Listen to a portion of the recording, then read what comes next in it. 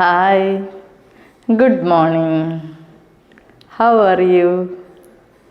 Hope all of you are fine. Today we are going to start our third module. In third module there are two chapters and the first chapter is dual space. Okay. So in dual space the first section is Hand-Banach theorem and its application. Hand-Banach theorem is one of the most important results in functional analysis. In this chapter, we are not proving Hand-Banach theorem. We are discussing only the statement of the theorem. Okay. We have already discussed the space X star. The X star consists of set of all bounded linear functional on X. Also, we have defined the norm on X star as for any f belongs to X. For any f belongs to X star, we have defined the norm of f is equal to supremum of x belongs to x, x not equal to 0, modulus of f of x by norm of x. Okay, and this is a norm on x star. Okay, now this space x star together with this norm is called dual space. Okay, the dual of the space X. X star is called the dual space and this norm is called dual norm. Okay, so norm of f is equal to supremum of x belongs to x such that x not equal to 0, modulus of f of x by norm of x. Okay, and the space X star is called the dual space.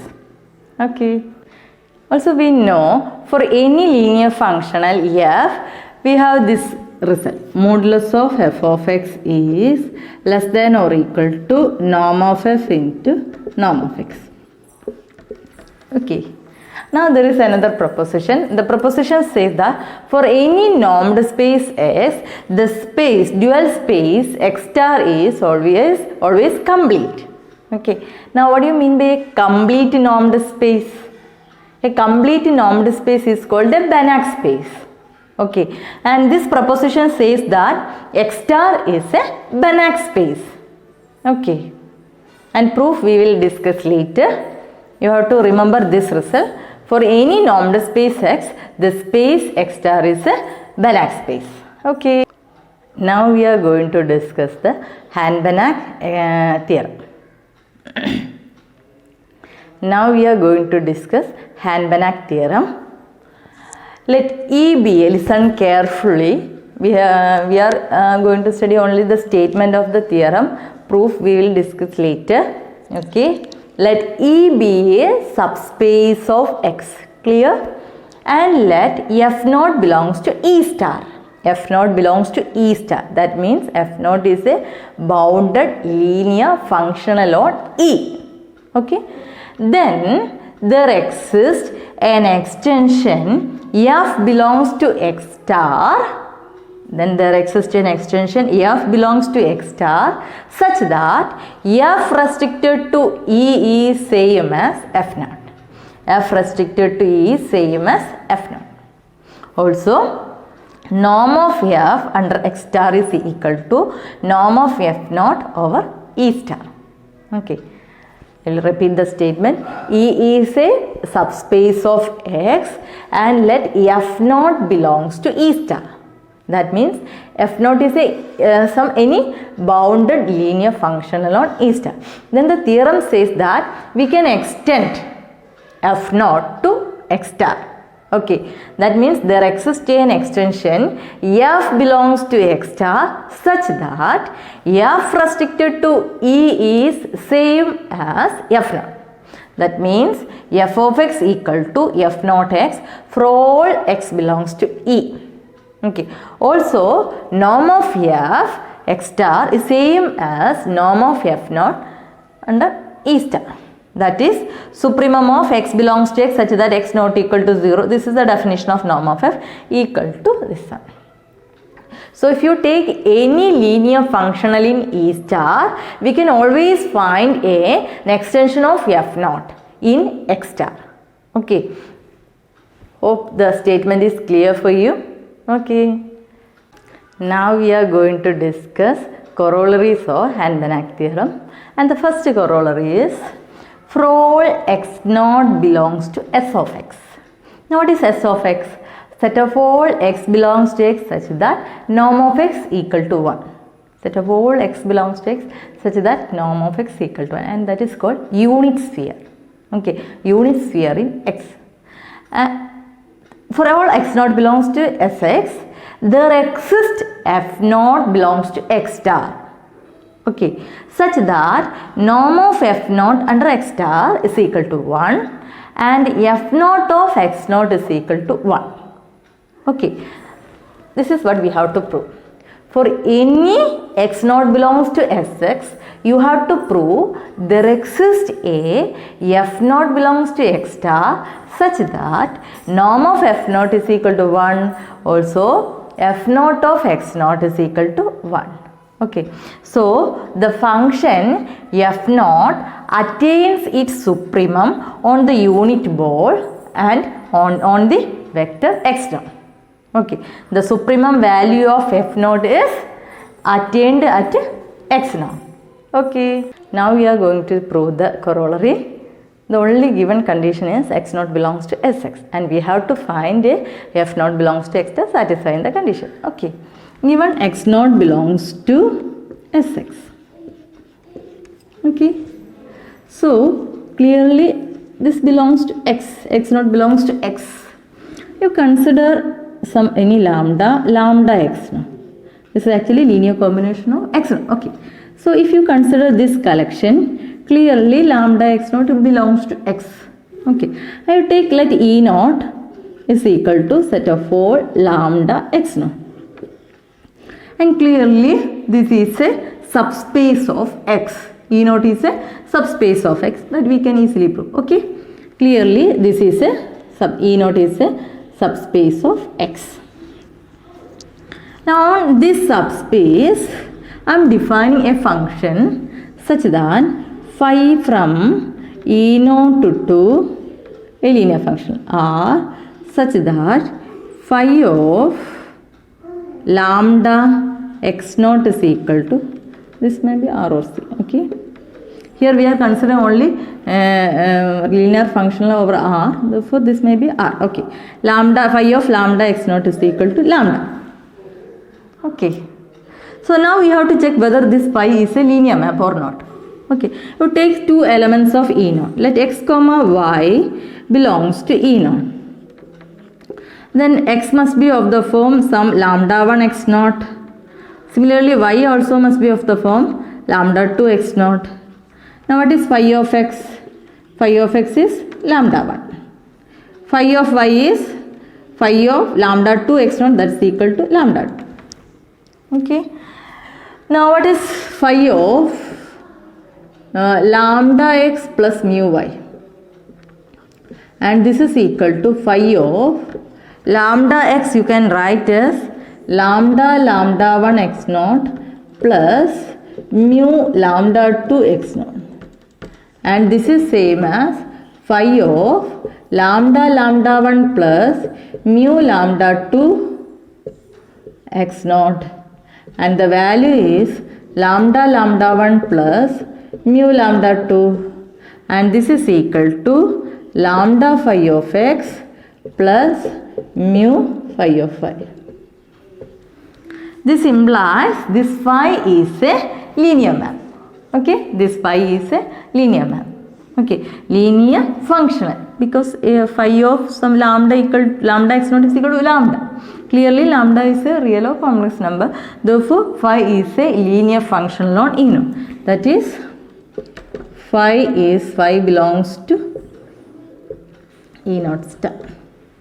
Okay, thus for any x belongs to E naught, we have defined x must be of the form some lambda x naught. Okay, and clearly phi of x is equal to phi of lambda x naught, and that's equal to lambda. Okay, clearly E naught is the collection of all lambda x naught. Okay, that means this must consist of some lambda that is not equal to 0. For that non-zero lambda, phi of that element is equal to non-zero. This implies clearly phi is not identically equal to 0. Okay. Also, what is mod phi of x? Mod phi of x is equal to mod lambda. Okay.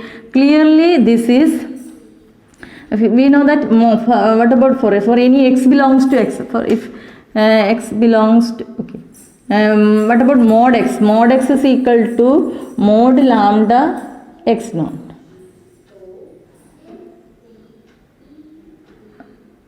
Okay. And that's equal to, and that's equal to mod lambda into norm of x naught. But norm of x naught is 1 lambda.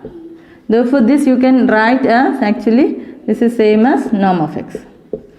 And we know the definition of bounded linear function. And if this is bounded and this is less than or equal to some c into norm of x. Okay.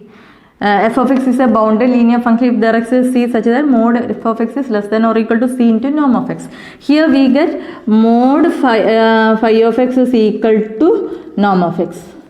This implies phi is a bounded linear function. This implies phi belongs to E naught star. Okay. Now what about norm of phi naught? Now what about norm of phi naught? Norm of phi. Norm of phi is equal to, phi belongs to, phi is a linear function on E naught star. Okay. Supremum of x belongs to x not equal to 0, x belongs to E naught mod phi of x divided by norm of x. Okay. We have already proved norm of x is equal to, for any x is of the form mod lambda, norm lambda x naught, and that's equal to mod lambda into norm of x naught belongs to Sx, therefore x naught is, norm of x naught is 1. Okay. And this is equal to supremum of x belongs to E naught, x not equal to 0, mod phi of x is mod phi of x divided by norm of x is mod lambda. Okay. Now what about mod phi of x?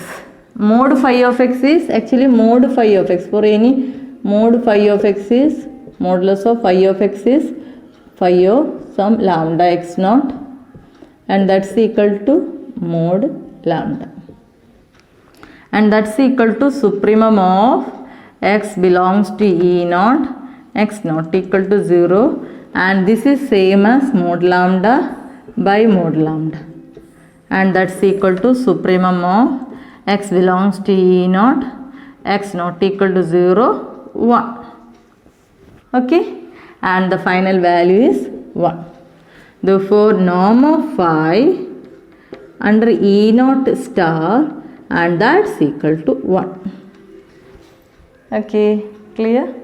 Thus we get a linear functional phi belongs to E naught star such that norm of phi under E naught star is equal to 1. So using a Hand-Banach extension theorem, for F naught you replace by phi. We get a NF belongs to X star such that F restricted to E naught is equal to phi. Okay. So here for this we can replace F by some F naught such that F naught under restricted to E naught is equal to phi, and we have norm of F under X star is same as norm of phi under E. Okay, here norm of F naught under X star is same as norm of phi is that's equal to E naught star is equal to 1. Okay, now F naught under E naught is equal to phi implies phi of F naught of x equal to phi of x for every x belongs to E naught. This implies f naught of x naught is equal to phi of x naught, and which is equal to phi of 1 into x naught, and which is equal to phi of lambda x naught is lambda. Phi of 1 into x naught is 1. This implies f naught of x naught is equal to 1. Therefore, there exists a linear functional f belongs to x star such that f naught belongs to x star such that norm of f naught under x star is equal to 1 and f naught of x naught is equal to 1. Okay. Now the next corollary is, for all x naught belongs to x, there exists a f naught belongs to x star minus 0 such that f naught of x naught is equal to norm of f naught into norm of x naught. Proof is very easy. We'll discuss statement once again. For all x naught belongs to x, there exists a f naught belongs to x star minus 0. That means there exists a non-zero linear bounded linear functional such that f naught of x naught is equal to norm of f naught into norm of x naught. Okay, so we apply corollary 3.1.3 actually. Okay, so you choose some x naught belongs to x, and let u naught is equal to x naught by norm of x naught. Okay. Now what about norm of u naught? Norm of u naught is equal to norm of x naught by norm of x naught, and which is same as norm of x naught by norm of x naught, and which is equal to 1. Therefore, norm of u naught is equal to 1. So, norm of u naught is equal to 1, then apply corollary 3.1.3. That implies there exists a linear functional f naught belongs to x star. Clearly, f naught is non-zero. Okay, x star such that f naught of x naught is equal to 1. Also, norm of f naught under x star is equal to 1. We have this result. Okay, so apply this result. Now what about f naught of x naught is equal to 1. Now what about f naught of x naught? Here f naught of, for x naught we have u naught is equal to 1. Now what is actually u naught? U naught is x by x naught.